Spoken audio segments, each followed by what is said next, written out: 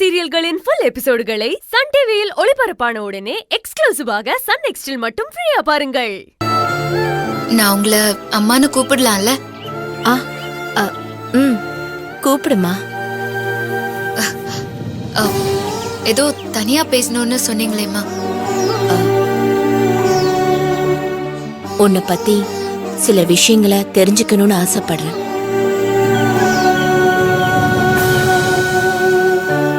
உன் அப்பா அம்மா யாரு?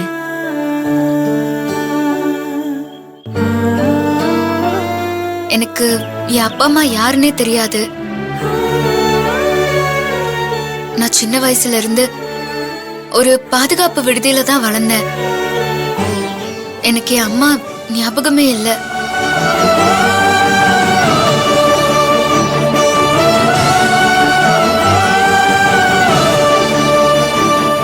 ஆனா நீ உங்க அம்மா கிட்ட பேசிட்டு இருக்க மாதிரி ஒரு சில விஷயங்களை எழுதி வச்சிருக்கியே, அது ஏன்?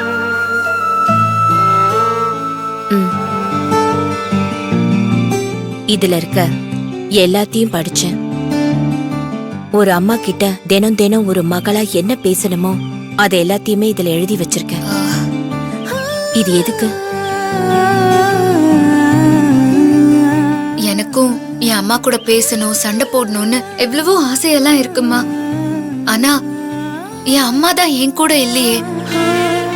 அதாம்மா அம்மா கிட்ட பேச வேண்டியதெல்லாம் என்னோட எழுத்து மூலமா இந்த டைரியில பேசிட்டு இருக்கேன்.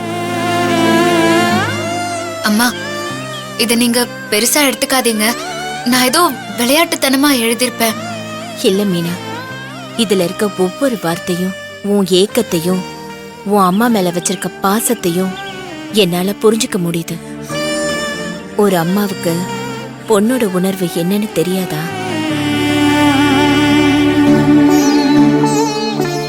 என்னம்மா சொன்னீங்க?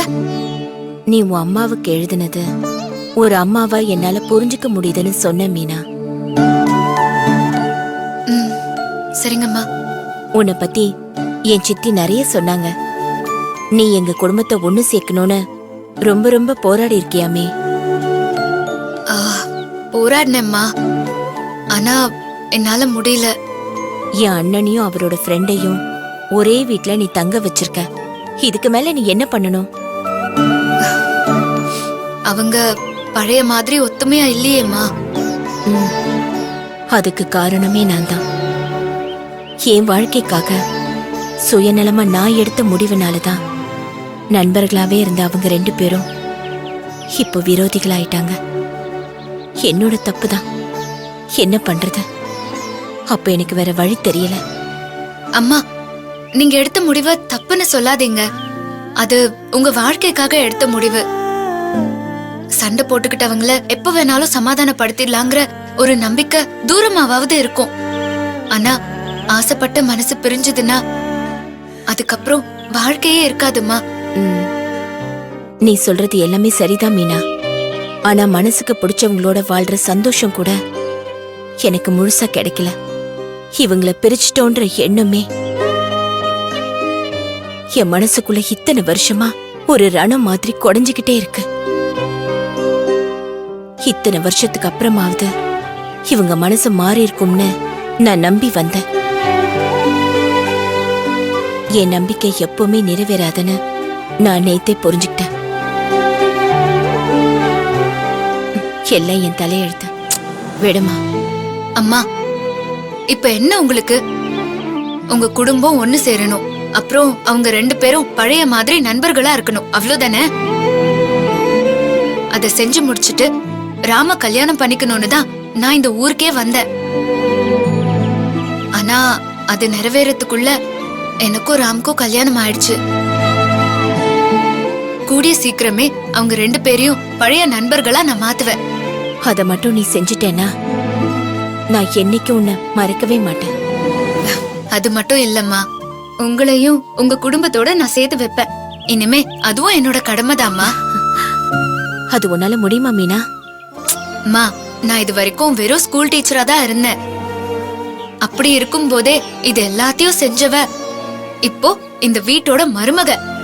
என்னால முடியாதுன்னு நினைச்சிட்டீங்களா? நீ அந்த வீட்டு மருமக தான். ஆனா ராம் இன்னும் உன்னை ஏத்துக்கவே இல்லையாமே? அவர் என்ன ஏத்துக்கலன்னா நான் அவரு பொண்டாட்டி இல்லன்னு ஆயிடுமாமா? அவர் கூட நான் வாழணும்னு ஆசைப்படுறத விட நம்ம குடும்பத்துல இருக்கிற எல்லாரும் ஒத்துமையா சந்தோஷமா இருக்கணுங்கிறது தான் என்னோட ஆசை. அத நான் நிறைவேற்றுவேன். மீனா, நான் சொல்றத கேளு. நீ என்னை என் குடும்பத்துல கொண்டு போய் சேர்க்கிறேன்னு சொல்றது எனக்கு சந்தோஷமா தான் இருக்கு. ஆனா நான் வாழ்ந்து முடிச்சவ, நீ வாழ வேண்டியவ. என் வாழ்க்கை இவ்வளவுதான். அத நீ சரி செய்யணும்னு நினைச்சு உன் வாழ்க்கையை நீ இழந்துடாதம்மா. நீ உன் வாழ்க்கையை மட்டும் பாரு, என்னை பத்தி நீ யோசிக்காத. அம்மா, எனக்கு என்னோட வாழ்க்கையை விட நம்ம குடும்பத்தை ஒண்ணு சேர்க்கறது தான் முக்கியம்.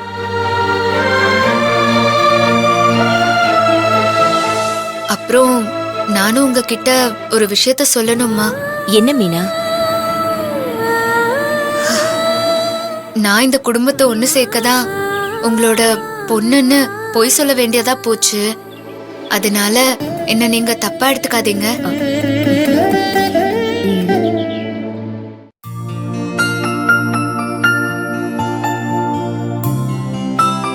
தேவி, நான் உன்னை கேட்கட்டுமா?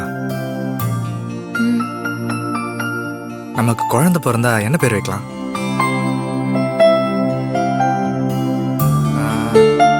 பையன் பிறந்தா என்ன பேர் வைக்கலாம்? பொண்ணு பிறந்தா என்ன பேர் வைக்கலாம்?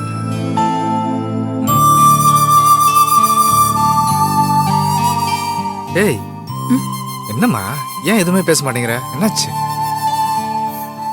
ஒன்னும் இல்ல கணேசா. என்ன ஒண்ணும் இல்லைன்ற?